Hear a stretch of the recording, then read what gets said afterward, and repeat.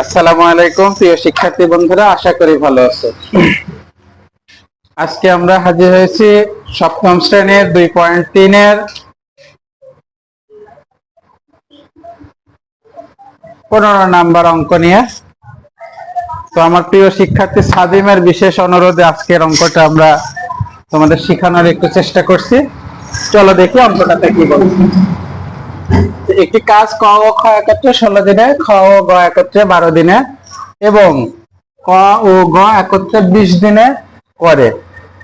ক, খ ও গ একত্রে কাজটি কত দিনে করতে পারে? এই হচ্ছে আমাদের অঙ্ক।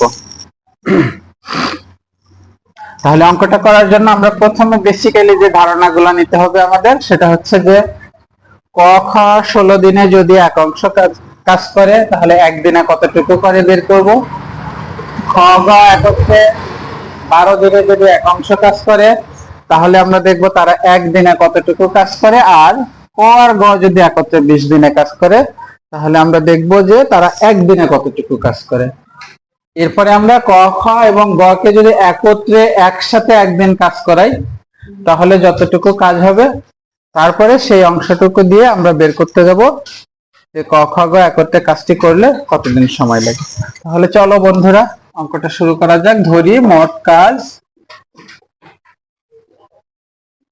কাজ এক অংশ।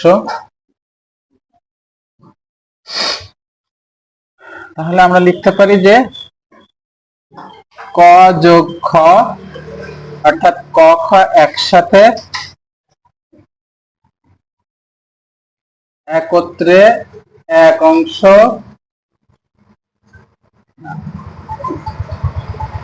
16 দিনে কাজ করে এক অংশ। অতএব ক যোগ খ একত্রে একদিনে কাজ করে 1/16 অংশ। আমরা আবার দেখি যে খ যোগ গ একত্রে কত দিনে কাজ করছে? 12 দিনে। 12 দিনে কাজ করে এক অংশ। অতএব খ যোগ গ একত্রে একদিনে কাজ করে 1/12 অংশ এবং ক যোগ গ একত্রে 20 দিনে কাজ করে এক অংশ। অতএব ক যোগ গ একত্রে একদিনে কাজ করে। তাহলে আমরা তিনটা গ্রুপকে পৃথক পৃথক ভাবে একদিনে কতটুকু কাজ করে বের করেছি। এবারে আমরা দেখি যে এই তিনটা গ্রুপেরই অর্থাৎ ক যোগ খ, খ যোগ গ আর ক যোগ গ এদের যদি একসাথে কাজে লাগানো যায় তাহলে কি পরিমাণে কাজ হয়। তাহলে আমরা লিখতে পারি ক যোগ খ যোগ খ যোগ গ যোগ ক যোগ গ একত্রে একদিনে কাজ করে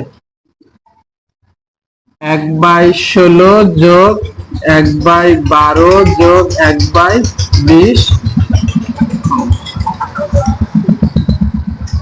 তাহলে এখানে একটু মনোযোগ দিয়ে খেয়াল করো যে ক একটা ক যোগ আরেকটা ক, তাহলে 2 ক যোগ খ ও দুইটা আছে 2 খ যোগ,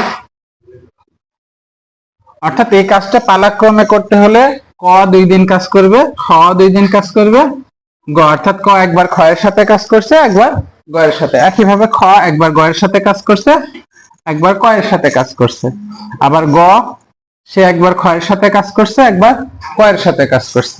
তাহলে একত্রে একদিনে কাজ করে। এখন আমরা যোগ করতে যাচ্ছি 16, 12 এবং 20 এর লসাগু। তাহলে আমরা 16, 12 এবং 20 এর লসাগু 240 যদি তোমরা এটা বের করতে চাও তাহলে রাপে এইভাবে করতে চাও, 16, 12, 20। আমরা যদি 2 দিয়ে ভাগ করি তাহলে 8 দ্বিগুণে 16, 6 দ্বিগুণে 12, 10 দ্বিগুণে 20, আবার 2 দিয়ে ভাগ করলে 4 দ্বিগুণে 8, 3 দ্বিগুণে 6, 5 দ্বিগুণে 10। ইউক্লিডো পদ্ধতি, আমার কাছে ইউক্লিডো পদ্ধতিতে লসাগু বের করা সবচেয়ে সহজ মনে হয়। তাহলে আমরা গুণ করে নিই। 3 5 15, 4 15 60, 60 দ্বিগুণে 120, 120 দ্বিগুণে 240। তাহলে আমরা 16 দিয়ে যদি এখন 240 কে ভাগ করে নিই তাহলে আমাদের উত্তর বের হচ্ছে 15। 15 এককে উপরে লবের সাথে লব 1 এর সাথে 15 দিয়ে গুণ করে দাও, 15 এককে 15। তারপরে আমরা হর 12 দিয়ে যদি লসাগু 240 কে ভাগ করি তাহলে আমাদের উত্তর হচ্ছে 20।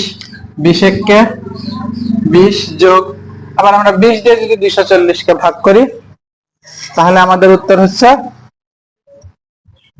12। তাহলে এখান থেকে আমরা 2 কমন নিলাম, ক যোগ খ যোগ গ একত্রে একদিনে কাজ করে। মানে 240, 15, 20 আর 12 যদি আমরা যোগ করি তাহলে 12 আর 20 এ 32, 32 আর 10 এ 42 আর 5 এ 47 অংশ।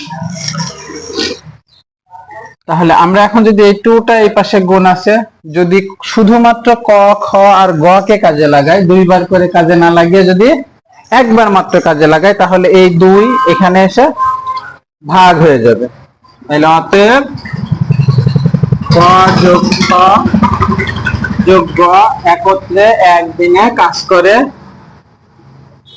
47 ডিভাইডেড বাই 240 গুণ 2। তাহলে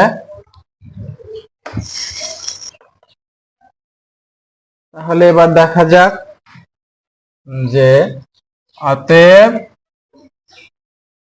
এই পাশে হিসাবটা আমরা এখানে সমান দিয়ে শুধু লিখে দিই, 107 শুধু 47 ডিভাইডেড বাই 240 কে 2 দিয়ে গুণ করলে 480 অংশ। তাহলে আমরা দেখছি যে ক খ গ যদি একত্রে একদিন কাজ করে তাহলে তারা 480 ভাগের 47 ভাগ কাজ শেষ করবে। কিন্তু আমাদেরকে বলা হয়েছে প্রশ্নে যে তারা সম্পূর্ণ কাজ কত দিনে শেষ করে। তাহলে আমরা লিখতে পারি কি, ক খ ও গ একত্রে, আমার একটু জায়গা সমস্যার কারণে আমি এইভাবে লিখছি, তোমরা যদি মনে করো এক লাইনে লিখবো তাহলেও কোনো সমস্যা নাই। একত্রে 47 ডিভাইডেড বাই 480 অংশ কাজ করে একদিনে। তাহলে আমাদের অতএব এক অংশ কাজ করে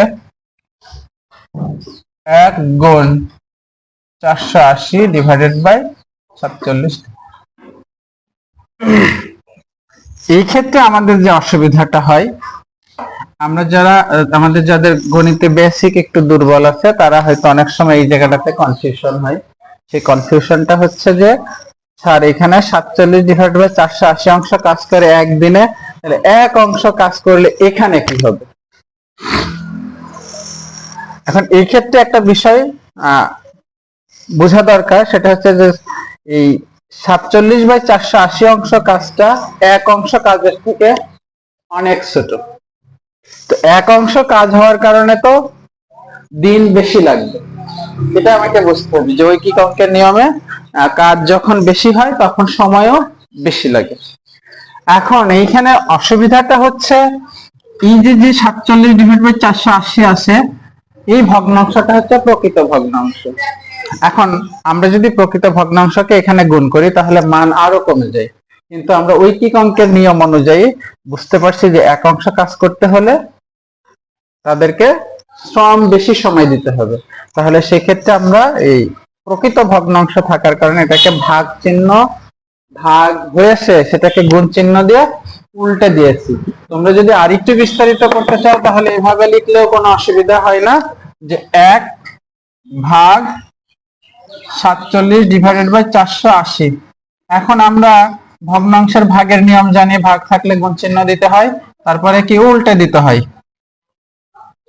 হর লবে আর লব হরের জায়গায়। তাহলে আমরা দেখছি যে কোনো কাটাকাটি যাচ্ছে না, না যাক, পেরেশানির কিছু নাই। এবার তাহলে আমরা এটাকে মিশ্র করে দিই। তাহলে 47 দিয়ে 48 কে যদি ভাগ করি একবার যায়, 47 একে 47, বিয়োগ করলে 1 থাকে, শূন্য নামে। ভাজ্যের মূল সংখ্যা থেকে যখন কোনো সংখ্যা নিচে নামে, ভাগ করা না গেলে ভাগফলে একটা শূন্য নিতে হয়।